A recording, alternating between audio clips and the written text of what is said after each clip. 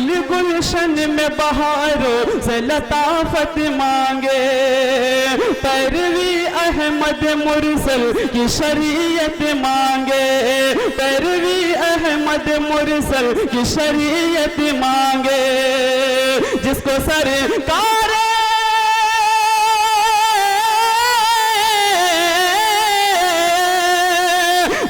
سرکار دو عالم سے محبت ہی نہیں، جس کو سرکار دو عالم سے محبت ہی نہیں،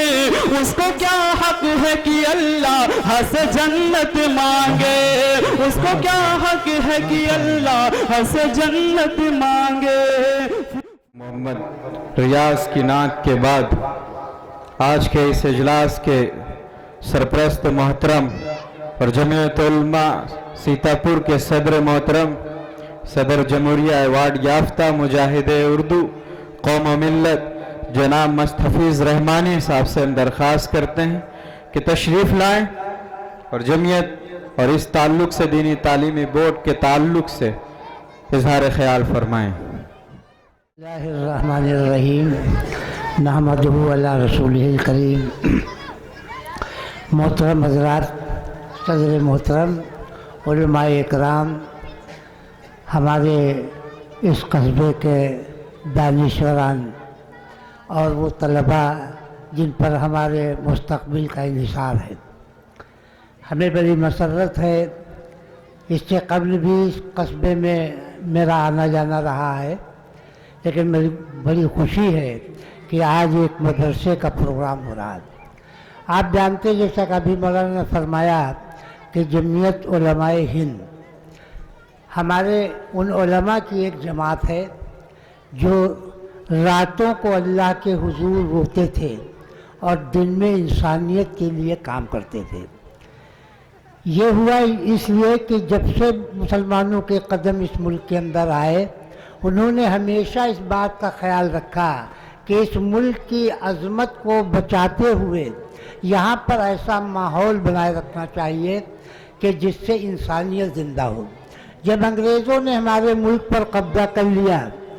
اور 1799 میں ٹیپو سلطان کی شہادت کے بعد انگریزوں نے یہ اعلان کر دیا کہ ہندوستان ہمارا ملک ہے، تو ہمارے علماء بیدار ہوئے اور انہوں نے کوشش کی۔ 1803 میں شاہ ولی اللہ صاحب محدث دہلوی رحمۃ اللہ علیہ نے انگریزوں کے خلاف فتویٰ دیا اور ان سے جنگ کرنے کے لیے لوگوں کو آمادہ کیا۔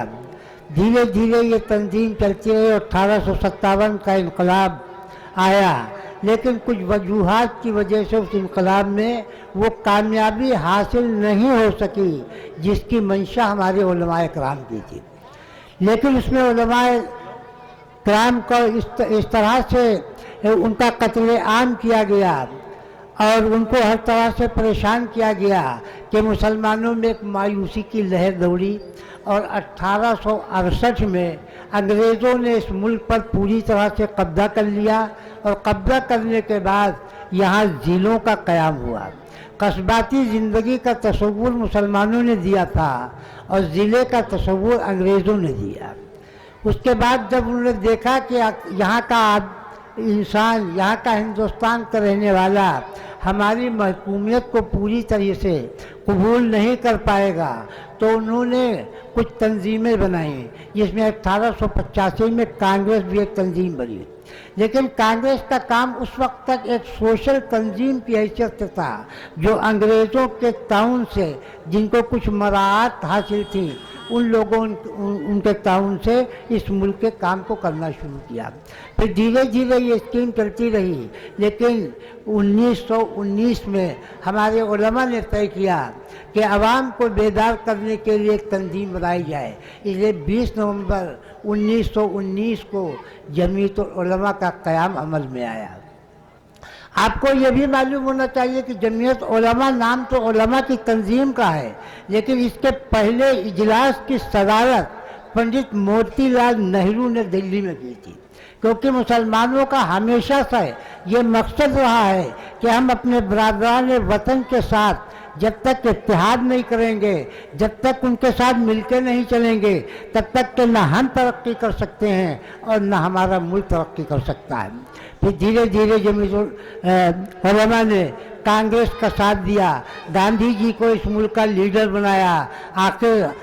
ان کی محنت رنگ لائی اور 15 اگست 1947 کو ہمارا ملک آزاد ہو گیا۔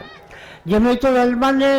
چونکہ ملک کے لیے قربانی حکومت کرنے کے لیے نہیں کی تھی، صرف انسانیت کے لیے قربانی دی تھی، ہر طرح کی قربانی دی تھی کہ یہ ملک آزاد ہو جائے اور یہاں جمہوریت قائم ہو جائے، اس ملک کے رہنے والے سارے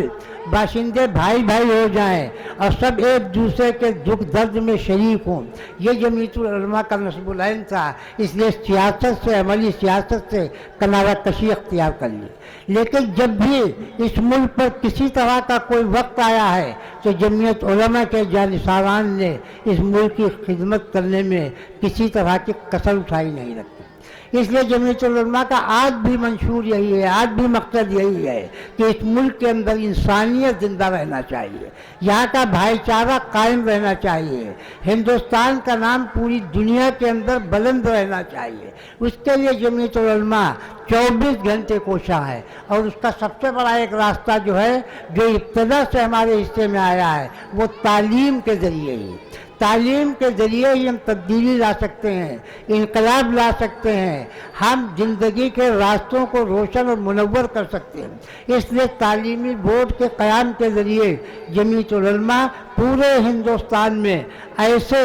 جانثار اور ایسے ہندوستانی پیدا کرنا چاہتے ہیں جو اس ملک کے وفادار ہوں، انسانیت کے وفادار ہوں، اور جن کے ذریعے سے پوری دنیا میں ہندوستان کا نام روشن۔ چونکہ وقت بہت کافی ہو چکا ہے، اس لیے میں زیادہ وقت آپ کا نہ لے کے یہ عرض کرنا چاہتا ہوں کہ آج بھی ابھی آپ نے پڑھا ہوگا کہ ابھی کئی ماہ ہوئے ہیں جب ہمارے وزیر اعظم محترم نے اس بات کو تسلیم کیا تھا کہ پوری دنیا کے اندر ہندوستان کا جو نام روشن ہے وہ ہندوستان کے 5 اداروں کی وجہ سے۔ انہوں نے نام لیا کہ دارالعلوم دیوبند، جامعہ ملیہ، ندوۃ العلماء لکھنؤ، عثمانیہ یونیورسٹی حیدرآباد۔ انہیں باقاعدہ نام لے کے کہا تھا کہ ان اداروں کے پڑھے ہوئے جو لوگ ہیں وہ آج پوری دنیا میں ہندوستان کے نام کو روشن کیے ہوئے۔ تو ظاہر بات ہے، جیسا کہ میں نے ابھی عرض کیا کہ تعلیم ہی وہ راستہ ہے جس کے ذریعے ہم ترقی کر سکتے ہیں، ہمارا ملک ترقی کر سکتا ہے، انسانیت کے راستے ہموار ہو سکتے ہیں، اور پوری دنیا کے اندر امن اور شانتی قائم ہو سکتی ہے۔ اس لیے یہ پروگرام جمعیت علماء کی طرف سے چلا گیا۔ ہمیں بڑی خوشی ہے کہ جب ہم لوگ وہاں سے آئے تو ہمارے بچوں نے بالکل نئے طریقے سے، مدارس کا پہلے یہ ماحول نہیں تھا جو آج ہم کو یہاں دیکھنے کو ملا، کہ نظم و ضبط کے ساتھ ان بچوں نے ہم لوگوں کا استقبال کیا۔ پھر ابھی ہم نے دیکھا کہ ہمارے بچوں نے تقریر کی، ہمارے بچوں نے نعت پڑھی۔ یہی وہ بچے ہیں جن پر ہمارے ملک کا، ہماری قوم کا انحصار ہے۔ ان کی ہمت افزائی کرنی چاہیے، ان کی زیادہ سے زیادہ ہمیں مدد کرنا چاہیے، اور ہر صورت سے تعلیمی بورڈ کو ہمیں مدد کرنا چاہیے۔ اگر ہم یہ کر لیں گے، تعلیمی معاملات کو ہم سدھار لیں گے، ہمارے مدارس عصری اولاد کی تعلیم کے ساتھ اگر ہمارے مدارس کے بچے تیار ہو جائیں گے تو ہمارا بھی نام ہوگا، ہماری قوم کا بھی نام ہوگا، اور ہماری پورے ملک کا بھی نام ہوگا۔ تو ہم یہ چاہتے ہیں کہ چونکہ میری طبیعت بھی نہیں ٹھیک ہے، اس لیے میں آپ سے صرف یہی اپیل کرنے کے لیے آیا ہوں کہ آپ اس میں تعاون کریں، جمعیت العلماء کے بھی ممبر بنیں، اور تعلیمی بورڈ کو زیادہ سے زیادہ مضبوط کرنے کی کوشش کریں۔ اس سلسلے میں اگر کسی طرح کی کوئی دشواری آئے گی تو جمعیت العلماء آپ کے شانہ بہ شانہ چلنے کو تیار ہے۔ وآخر دعوانا الحمدللہ رب العالمین۔